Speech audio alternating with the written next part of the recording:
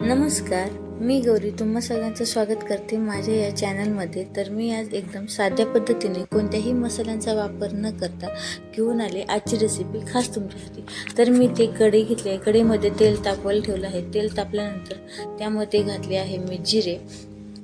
जिरे छान परतून झाल्यानंतर त्यामध्ये घालते मी एक तयार केलेलं वाटण. त्या वाटणामध्ये आहे 4 पाकळ्या लसूण आणि 3 ते 4 हिरवी मिरची. तुमच्या आवडीनुसार तिखट कमी जास्त करू शकता.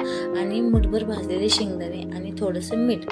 तर हे छान थोडंसं जाडसरच वाटून घेतलं आहे. आणि त्यानंतर घालते मी हळद मला थोडीशी कमी वाटते, त्यामुळे मी अजून थोडी हळद घालते. आणि हे छान 2 ते 3 मिनटं छान खमंग असं भाजून घेतल्यानंतर त्यामध्ये जर मीठ घातले सुरुवातीला तर ठसका उठणार नाही.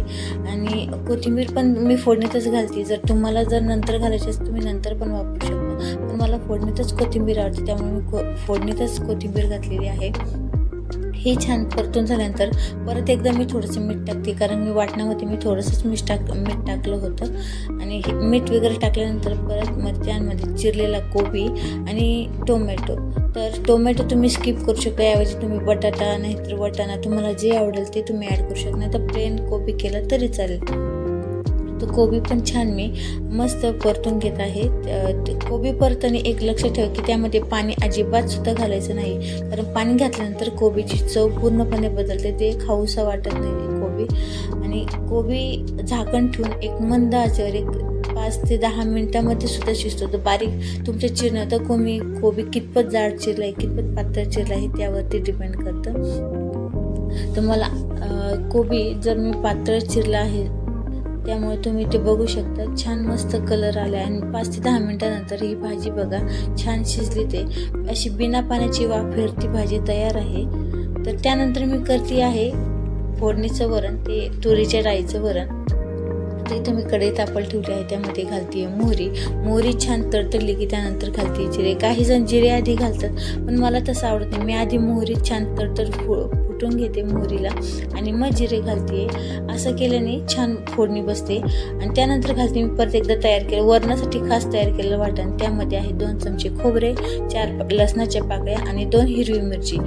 ते सुद्धा मी मीठ न घालता परतते, कारण मी डाळ शिजवताना त्यामध्ये मीठ घातलं होतं भरपूर. इथे पण मी टोमॅटो परतताना घालणार नाही, तर तुम्ही मी डाळ शिजवतानाच त्यामध्ये टोमॅटो, हळद, मीठ आणि थोडंसं तेल टाकलं होतं डाळ शिजवताना. आणि कोथिंबीर पण मी ह्या स्टेजला टाकते, कारण की मला फोडणीतच बघत असेल तुम्ही, मला फोडणीतच कोथिंबीर आवडते. आणि ही पण कोथिंबीर छानपैकी परतून दिली की याचा स्वादही खूप छान लागतो आणि वरणही खूप छान मस्त तरीदार मस्त दिसतं. तर वरण पण तुम्ही टाकू शकता, पण मला नेहमी असंच आवडतं. आणि यामध्ये घातली शिजवलेली डाळ. तर डाळ शिजवतानाच हळद टाकली तर वरणाला खूप छान कलर येतो आणि छान दिसतं वरण मस्त, आणि चवही छान लागते. वरण जर टाकले तुम्ही हळद तरी चालेल, तुम्ही फोडणीमध्ये हळद टाकली तरी पण चालेल. त्यानुसार कन्सिस्टन्सीनुसार मी पाणी ॲडजस्ट करते. घट्ट तुम्हाला कितपत घट्ट आवडते, कितपत थोडंसं रस्सा आवडते, कारण की वरण कसं आहे गार झाल्यानंतर थोडंसं घट्टच होतं. त्यामुळे सुरुवातीला करताना थोडंसं एक पातळ याच्यामध्ये कन्सिस्टन्सीमध्ये ठेवायचं. तर वरणाला पण छान इथे उकळी येत आहे. बघा तुम्ही किती छान दिसते. जर फोडणीमध्ये जर कोथिंबीर घातली ना तर वरण खूप छान असं मस्त दिसतं आणि दिसायला पण आणि खाणाऱ्याला पण खाऊशी वाटतं. जर तुम्ही वरणाचं कोथिंबीर कच्ची टाकली तर ती काहीच वेळाने अशी काळी पडते, पण ही जर तेलात परतली ना कोथिंबीर खूप छान तरी. तुम्ही किती वेळ सकाळचं वरण 1-2 तास नंतर बदले तरी छान तरी राहते वरणाला. तर नंतर करते मी इथे ज्वारीची भाकरी. तर ज्वारीच्या भाकरीसाठी मी इथे एका भाकरीचंच पीठ घेतलं आहे. त्यानंतर थोडं ते पाणी टाकून मी छानपैकी असं पीठ मळून घेत आहे. तर भाकरी करताना एक महत्त्वाचं असतं की तुम्ही त्यावरती किती मेहनत घेताय भाकरीवरती, तर तुमची भाकरी ही शेवटपर्यंत सक्सेसफुल ठरते. तिथे भाकरी जेवढं तुम्ही पीठ छान असं मळून घेताल ना, एकदम परातीला जर तुमचं काहीच पीठ नाही राहिलं तर समजून घ्यायचं की तुम्ही भाकरी करण्यामध्ये एकदम एक्सपर्ट आहात. अशा पद्धतीने मी ते भाकरीचं पीठ मळून घेतलं आहे. त्यानंतर टाकते पीठ. तुम्हाला किती जाड पातळ करायची भाकरी त्यानुसार तुम्ही उंडा घेऊ शकता भाकरीचा. तर मी इथे एकदम छोटा उंडाच घेतला आहे, कारण की मला पातळच भाकरी आवडतात. तर त्या पद्धतीने मी अशी एकाच हाताने भाकरी थापते. जर तुम्हाला एका हाताने येत नसेल भाकरी तर तुम्ही दोन्ही हाताने भाकरी थापू शकता, पण मला पहिल्यापासून सवय की मी एकाच हाताने भाकरी थापते. अशा पद्धतीने भाकरी गोल गरगरीत भाकरी थापली, अजिबात परातीला चिकटून दिली नाही. मी खाली थोडंसंच पीठ घेतलं आहे, पण ते म्हणतात नाही प्रॅक्टिस मेक्स मॅन परफेक्ट. तसंच प्रॅक्टिस जर करत राहिली तर तुम्ही भाकरी एकदम छान पद्धतीने, एकदम 2 मिनटंसुद्धा लागत नाही भाकरी करायला.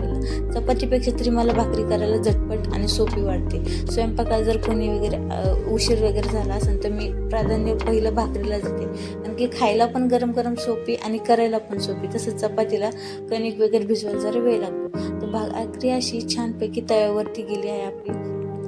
पाणी लावून घेतलं की 1 ते 2 मिनटं छानपैकी वरचं पाणी जोपर्यंत भाकरीचं सुकत नाही तोपर्यंत तिला भाकरीला उलथायचं नाही. आणि मी ते पीठ लावूनच भाकरी उलटते, मी उलथणं वगैरे यूज करत नाही.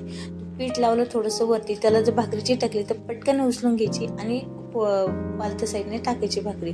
तर छान अशी मस्त भाकरी भाजून घेत आहे प्रत्येक साईडने. मध्ये भाकरी जास्त करपते, कारण की गॅसचा जाळ हा मध्यभागीच लागतो, त्यामुळे अशी उलटून पालटून सगळीकडून कडेकडेने छानपैकी अशी खरपूस भाजून घ्यायची भाकरी. आणि मी काय तव्यावरतीच भाकरी भाजते, त्यामुळं लगेच असं भाकरी मस्त टमचिटम फुगते आणि कलरही छान येतो भाज्यामध्ये, करपत वगैरे नाही. ती पण अशी गोल गोल फिरून, ज्या आपण मागच्या साईडने कशी गोल फिरून फिरून भाकरी भाजली तशीच वरच्या साईडने सुद्धा अशी गोल फिरून फिरून भाकरी भाजायची. त्यानुसार भाकरी म्हणजे कुठून अशी कडेने जरी फुगली भाकरी तरी ती कच्ची राहताना दिसते, अशी पांढरी पांढरी दिसते. तर अशी कडेकडेने फिरून घेतलं की छान असं मस्त खरपूस भाकरी भाजते, कच्ची सुद्धा कुठे दिसणार नाही. आणि खायला पण पापडा जो येतो भाकरीचा तो छान खरपूस असा पापडा लागतो. गरम गरम भाकरी सर्व करायसोबत. तसंच इथे जेवणाचं मी ताट तयार केलं आहे. तर कोबीची भाजी, वरण, भाकरी, भात आणि पापड. तर या जेवायला सगळेजण एकदम कमी मसाल्यामध्ये तयार होणारा आपला झटकीपट गावरान पद्धतीने होणार.